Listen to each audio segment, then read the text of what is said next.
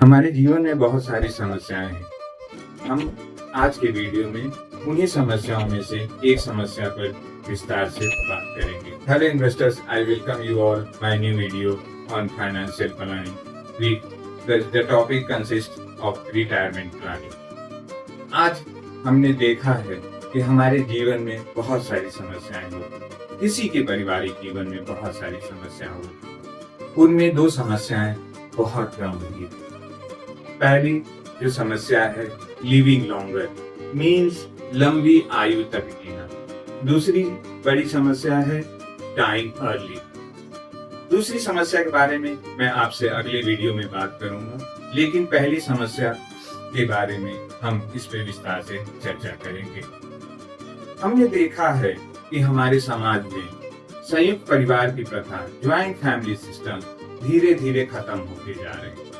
हम nuclear family की ओर अग्रसर होते जा रहे हैं। जो माता पिता कल के दिनों में प्रायोरिटी हुआ करते थे, जिनके बच्चे प्रायर हुआ करते थे, उनकी समस्याओं का वो निदान करते थे, आज उन बच्चों की प्रायोरिटी बदल जाती है due to some and other reason.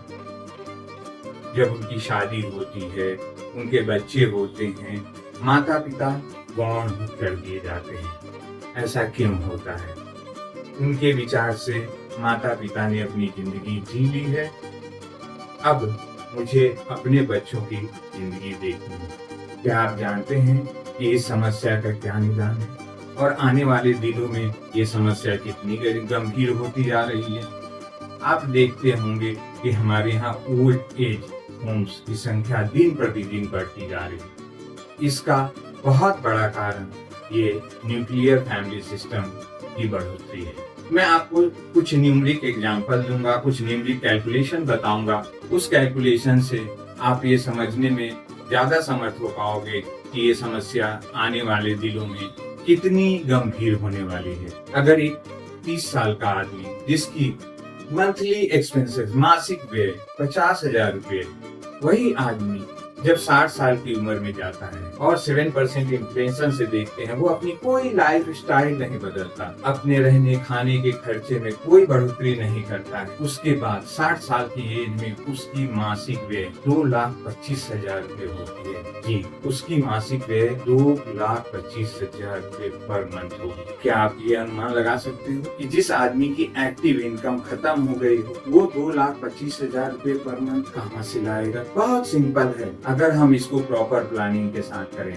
हमने देखा है कि जो बच्चे आज 30 साल 35 साल की उम्र के हैं, उनके पास उनकी व्यय के एक्सपेंसेस की बहुत सारे प्लान्स हैं, लेकिन सेविंग्स के कोई प्लान, इन्वेस्टमेंट्स के कोई प्लान नहीं। उनके पास अपने फ्यूचर के लिए कोई प्लान नहीं। लेकिन अगर हम आज से प्लानिंग करते हैं तो हमारी लंबी आयु हमारे लिए एक काल नहीं साबित हो। अगर मैं फिर से आपसे कहूंगा कि मेरा पुराना फॉर्मूला जो मैं अक्सर चर्चा करता हूँ, income minus saving is equal to expenses, को अपनाएं और इस सेविंग्स को आप इन्वेस्ट करें। अगर आप महीने का 10,000 रुपया पर मंथ SIP कर देते हैं किसी अच्छे फंड में और 60 साल की उम्र में 15% कंपाउंडिंग से आपके पास कितना राशि रहेगा? जो लिक्विड राशि होगी, जो लिक्विड धन होगा आपके पास, मोर देन 5 CR। जी हाँ, 5 करोड़ से ज्यादा की राशि। फिर मैं वही बात करूंगा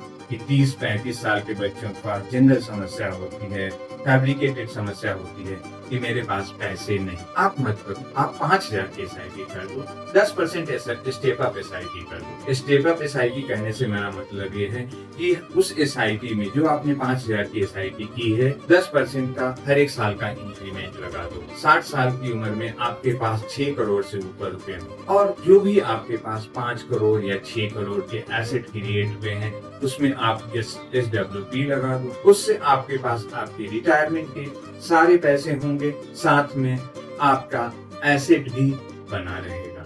बना ही नहीं रहेगा, उसमें ग्रोथ भी होता रहेगा। आई होप कि मैं आपको प्रॉपर वे में आपके आने वाले दिनों की फाइनेंशियल समस्या के बारे में एक अच्छा ज्ञान दे पाया हूँ, एक अच्छा लेसन दे पाया हूँ। अगर आपको ये वीडियो अच्छा लगा हो तो इसको लाइक और सब्सक्राइब करना न भूलें। धन्यवाद।